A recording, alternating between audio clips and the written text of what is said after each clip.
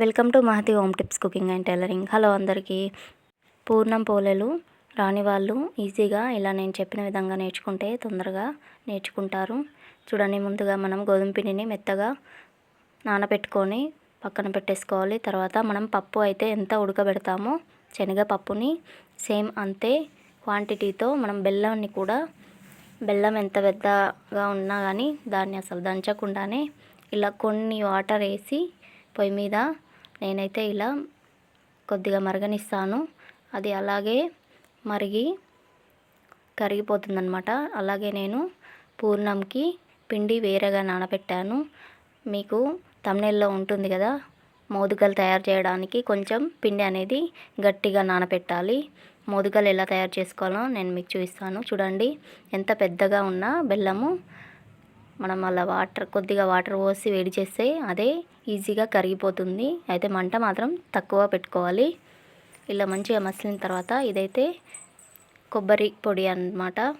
చూడండి, ఈ కొబ్బరి పొడిలో మనం ఇప్పుడు గరం చేసిన బెల్లం పాకాన్ని దీంట్లో కొద్దిగా వేసి కలిపేస్తున్నాను. ఇది ఎందుకోసం అంటే మోదుగల కోసం, గణపతికి ఇష్టమైన మోదుగలు తయారు చేస్తున్నానండి.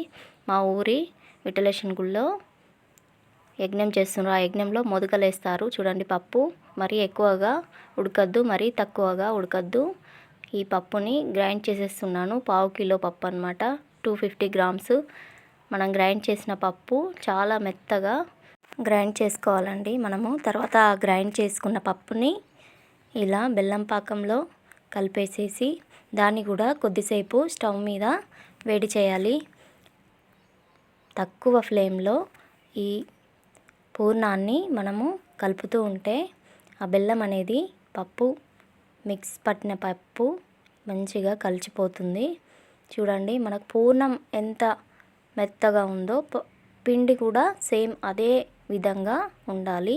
ముందుగా అయితే నేను చపాతీ మోదుగల కోసం పిండి కొంచెం గట్టిగా నానబెట్టుకున్నాను. దాంతో ఇలా చపాతీలు చేసి చిన్న చిన్నగా ముక్కలుగా, మనం గర్జలు గీరేది ఉంటుంది చూడు, దాంతో చిన్న చిన్న ముక్కలుగా చేసి మనం కొబ్బరి పొడి బెల్లం కలిపిన దాన్ని పెట్టేసుకొని ఇలా మోదుగలు తయారు చేశాను. చూడండి, నా వీడియోలో మోదుగలు తయారు చేయడం క్లియర్గా ఉంటుంది.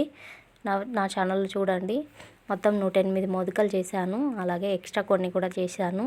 వీటిని ఇలా ఆయిల్లో డీప్ ఫ్రై చేసేసుకొని 108 మోదుగలు యజ్ఞం చేసినప్పుడు ఆ యజ్ఞంలో వేస్తూ యజ్ఞాన్ని చేస్తారనమాట. ఎక్కువగా డీప్ ఫ్రై చేయకుండా తక్కువనే డీప్ ఫ్రై చేశాను యజ్ఞంలోకి కాబట్టి. చూడండి, 108 మోదుగలు తయారైపోయాయి. అలాగే పప్పు పోలేల కోసం పిండి అనేది ఒక్కొక్క పోలే ఎంతనో అనేది పిండి తీసుకొని పెట్టేసుకున్నాను. చూడండి, మనం పోలేలు ఎప్పుడు చేసేటప్పుడు ఫస్ట్ మనం విడివిడి చేసేసుకోవాలి ఎన్ని పోలేలు అనేటివి ముందే. దాన్ని మంచిగా మెత్తగా రౌండ్ చేసుకొని కొద్దిగా ఇలా పిండి తీసుకొని మంచిగా ఇలా చేత్తో చూపిస్తున్న విధంగా, వీడియోలో చూపిస్తున్న విధంగా చేసి మనకు పిండి ఎంత ఉంటుందో అదే విధంగా పిండి ఎంత ఉంటుందో అంతే పూర్ణం పెట్టుకోవాలి.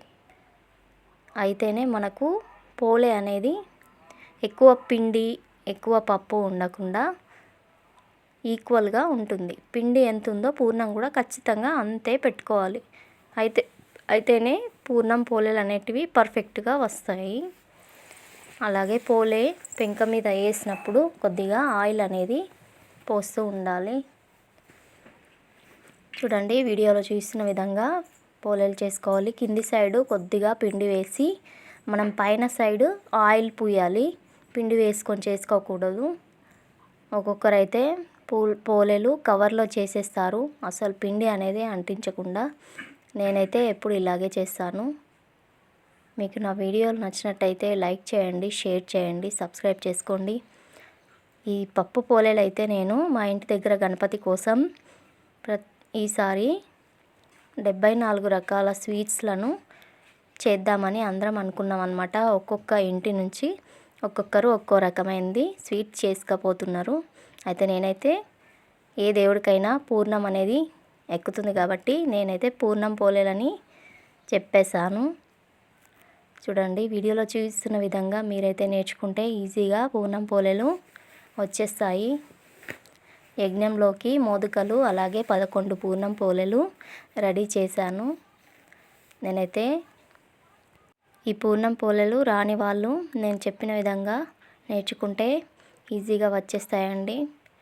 చూసారు కదా పోలేలు ఎంత బాగా వచ్చాయి.